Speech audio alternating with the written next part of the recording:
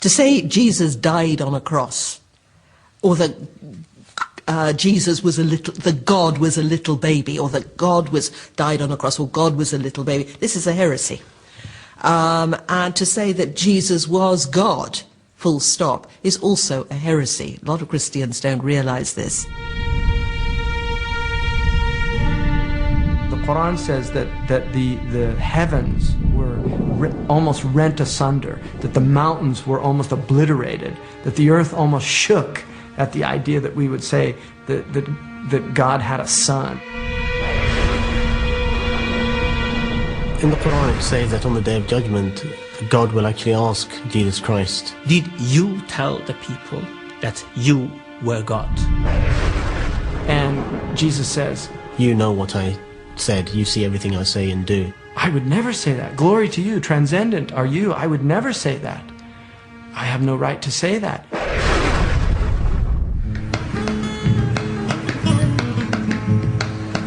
Zachariah King is a poet who runs an Islamic bookstall on Edgware Road. Priest in confession weep out through each town, almond sweet ground. This land will never suffer love again until my beautiful motley Maria is refound. His understanding of Jesus in the Quran influenced him to reject the Jesus of Christianity. Why aren't you Muslim? Why aren't I? I'm a Jew. You're a Jew? I was previously Christian. Ya Allah. Allah.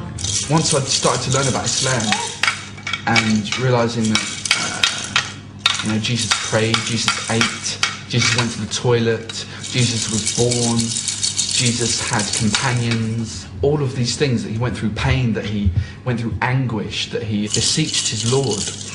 These things are not befitting for me of God, and therefore the Son of God. For Christians to believe that Jesus was God in human form is absolutely fundamental, because it means that God understands us. God isn't some distant deity living in the glory of heaven.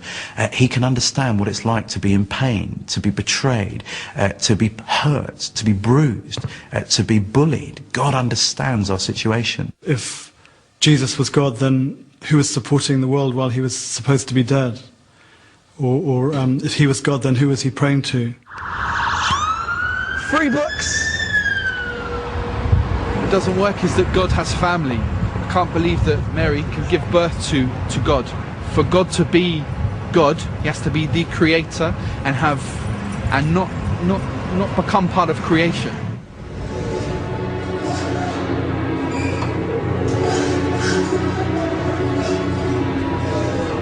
Both Muslims and Christians believe that Jesus will return to earth to restore justice to the world. They also believe that before he returns, an evil person or system called the Antichrist will have gained influence over the planet. The story of the Antichrist, I think, should be made a film. The Islamic version of the Antichrist, not the other one. He's called the Antichrist, or the false Christ, because he stands for everything which goes against Jesus Christ's message. So instead of love and mercy, the Antichrist stands for hatred and war. Instead of being devoted to God and renouncing the world, the Antichrist stands for greed and exploiting the world and exploiting power, etc. In Islamic tradition, the Antichrist is called Dajjal.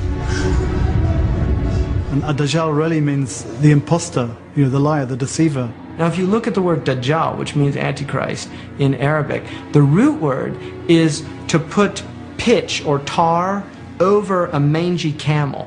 And what happens when you do that is the mange goes away. It suppresses it, like putting cortisone on eczema. And then you sell the camel because it looks good, and so the person buys it thinking it's a healthy camel, and then a week later the mange reemerges. In the Bible, the book of Revelation says there'll come a time when no one will be able to buy or sell without the mark of the Antichrist. 666, the mark of the beast. The main understanding of Muslim Antichrist prophecies is of an actual person. Vivid descriptions of his appearance and abilities can be found in the Hadith, the collected sayings of the Prophet Muhammad. The Prophet Muhammad said, every prophet has warned his people about the Dajjal, about the Antichrist, but he said, I will tell you something which none of the other prophets told their people, and that is that he has one eye. one eye. One-eyed. One eye. One eye which will be damaged.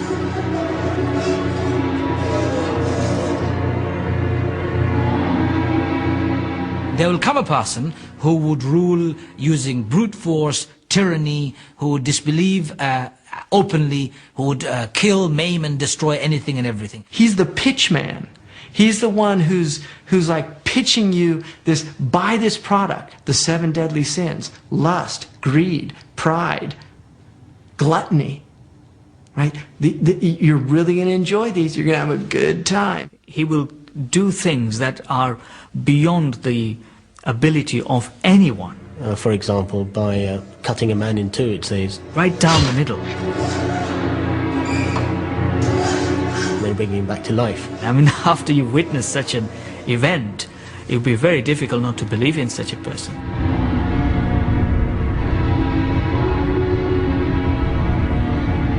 Christ says, go and sin no more. You're forgiven. The Antichrist says, there's no sins to forgive. Go do whatever you want. Both Muslims and Christians agree that Jesus will return to defeat the Antichrist. But whereas the Bible uses metaphorical language to describe the event, Islamic tradition gives a blow-by-blow account of exactly what will happen when Jesus comes back.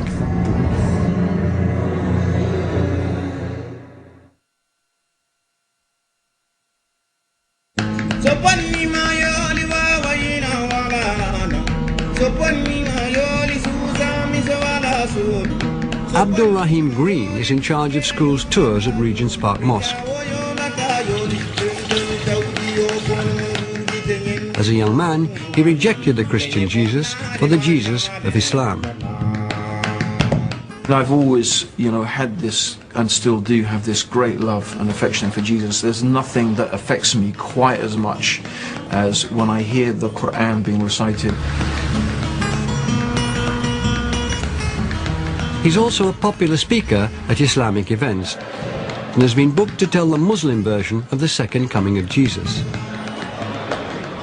This is the time when Jesus, the son of Mary, Isa ibn Maryam, he will descend. Now Isa... Carmen Schultz and Valerie Streit are two Christians who've come to find out more about the second coming of Jesus in Islam.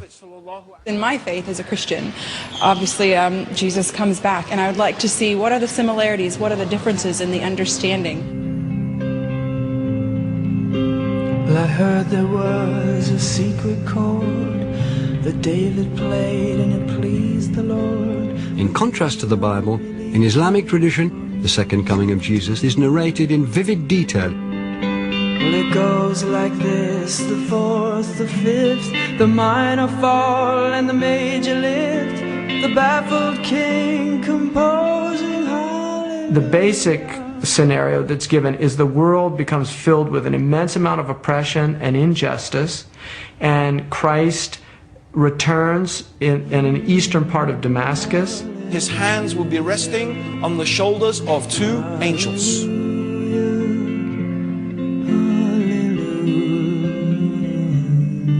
And his hair will be as if it is dripping with oil.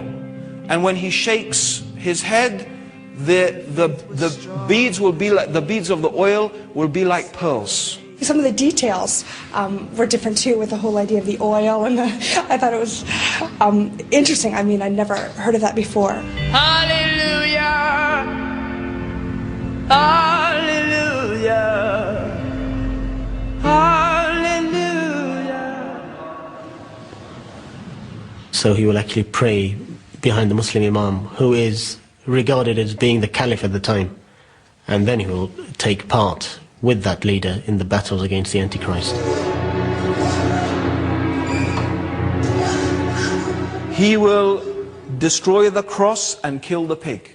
By him coming back, destroying the crosses, and saying, no one can receive worship but Allah, that's really making a point that, all the things that Christians have said about Jesus in the past, they're wrong. And so it kind of felt like very strong. The moment Ad-Dajjal sees Isa ibn Maryam, Jesus the son of Mary, he will begin to dissolve.